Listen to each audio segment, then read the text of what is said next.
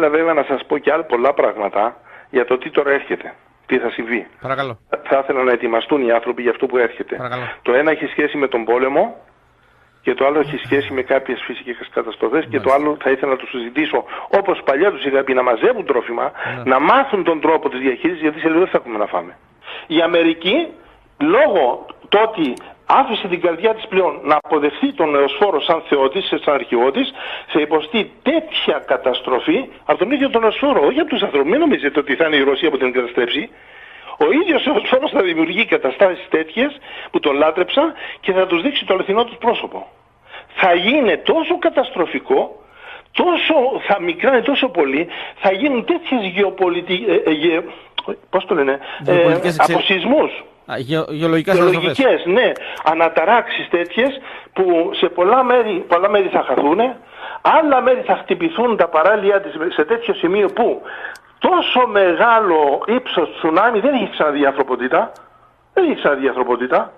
Θα είναι μοναδικό στην ανθρώπινη γνώση, γιατί έξω στο παρελθόν αν έγιναν, γιατί εμείς ποτέ δεν τα μάθαμε, θα είναι τόσο καταστροφικό που εκατομμύρια άνθρωποι θα χαθούν αυτοστιγμής. Και η Ελλάδα είναι μέσα σε αυτό.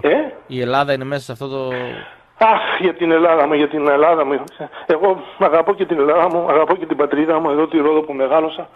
Για την πατρίδα μου έλεγε κάποιο πραγματάκι που είμαι πολύ στενοχωρημένος, για να είμαι ειλικρινής. Έλεγε να πάω να βρω μερικούς ιερείς και να τους προετοιμάσω να μαζεύουν πράγματα και τρόφιμα και στάρι για να επιβιώσουν τα παιδιά του, γιατί θα πέσει μεγάλη πείνα, πολλές αρρώστιες και πολύ θανατικό.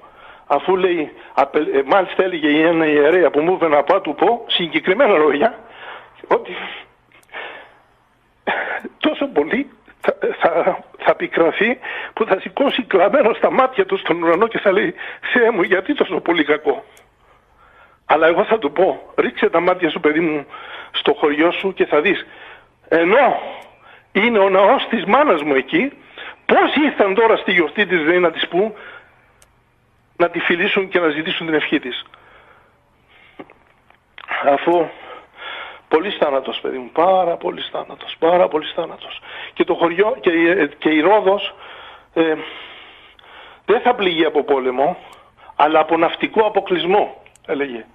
Και τότε θα πεινάσουν πολλοί άνθρωποι, γιατί δεν θα κινείται πλοίο να μεταφέρει ούτε πετρέλαιο για τη ΔΕΗ, ούτε τρόφιμα για τους ανθρώπους.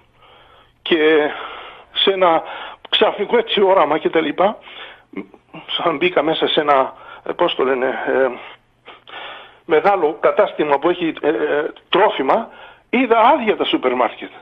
Τελείως άδεια. Και οι άνθρωποι πεινούσαν απ' έξω και τρέχαν να δούνε πού θα βρουν λίγο φαγητό, άδεια. Και δίπλα υπήρχαν φαρμακεία και έξω από τα φαρμακεία υπήρχαν στρατιώτες που φύλαγαν τα φαρμακεία.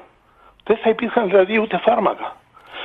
Αλλά ας μην πω τίποτα άλλο, γιατί... Στα κοντά είναι αυτά, πατέρα Ελπίδια? Ναι. Ναι, παιδί μου, ναι. Υπεραγία Θεότο και σώσον ημάς, κι ημών σωτηρία, ως υπέρισσας ο τελικών νομίσαστε.